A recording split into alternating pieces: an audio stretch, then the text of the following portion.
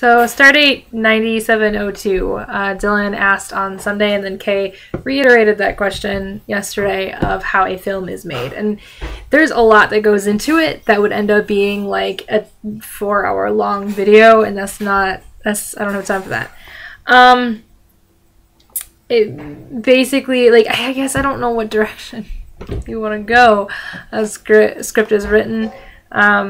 It is then picked up by some kind of producer who then hires a director, and that director hires his crew, or her crew, whatever. And the film goes through a lot of edits, a lot of rewrites, even during the production of the film. But there's 3 different production areas of film. There's pre-production, which is the writing of the film, the setting up of the money, the building of the sets, the finding of locations, things like that. That's all pre-production. The casting, that kind of thing, is pre-production. And then they go into filming, which is production. And within production, they obviously shoot the film, go from location to location shooting the film. And there's tons of people employed during that time period.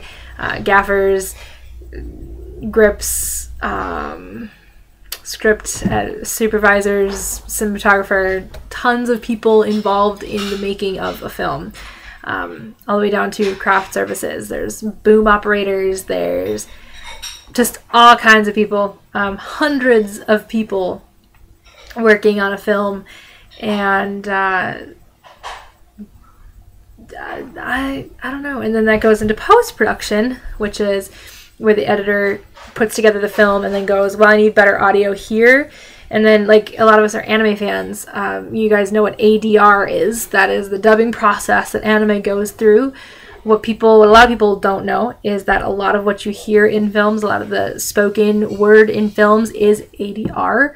Later, during post, the actors go in and re-say a lot of their lines, almost 90% of their lines, if not more, of their lines, to make sure that it could be heard better and things like that. What else? Then there's also sound effect people who go in and they just start making, because obviously, like, there are some things that don't sound the way that we would think that they would sound, and so they have to go in and make it sound the way that we would think they would sound. Like, a lot of footsteps you hear are people, like, clapping things together. I mean, kind of like, you know, in Monty Python and the Holy Grail, where they're with the coconuts. Very, very similar process, I guess. Lots of different things, and things are added in post. That's where the CGI is done, things like that. But yeah, lots of steps and lots of things involved. And then, of course, post-production is also where they do all of the most of the publicity for the film. They'll do some of it during production. That's where trailers or teasers come from, where they shoot, like, the best scenes first. That's the other thing, is they don't shoot in sequence.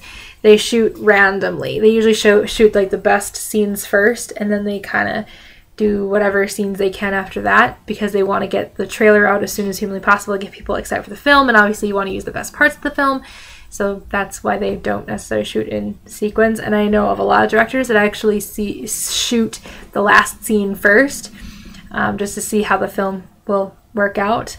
There are a lot of rules, like the 180-degree rule, which is one of my favorite rules, because it makes things so much easier. So, like, there's a person standing here and a person standing here, and they're talking to each other. Let's say that this is the camera, that this camera can only go from, like, here around in front and to here where this person is. And it can't be where I am, because then that way this person is no longer facing this way but is now facing this way, if you do it that way. There are some places that don't necessarily adhere to that rule, which, like Japan being one of them. We watched a film when I was studying film. We watched a film about that where they didn't follow the 180-degree rule, and it was actually quite confusing because you never knew, like, what direction the person was facing. They kept switching sides, and it was weird. And I'll notice that in manga too, and sometimes in anime, but a lot less frequently in anime, I guess. lots of things. I don't know. I can answer questions in comments below if there are specific questions you have for me. Leave them in comments below and I'll start answering them. Maybe I was going to start like a film thing on YouTube a couple of years ago, but I don't know. Maybe I'll actually do that now. I don't know. But yeah, I like talking about film and I like talking about the creation of film. Okay, so David, your question for tomorrow is going to be if you could work in a film crew and not as an actor or a director or a writer, like none of the people who actually like are considered artists of the film, like a gaffer or script supervisor or a boom operator, who would you be and why?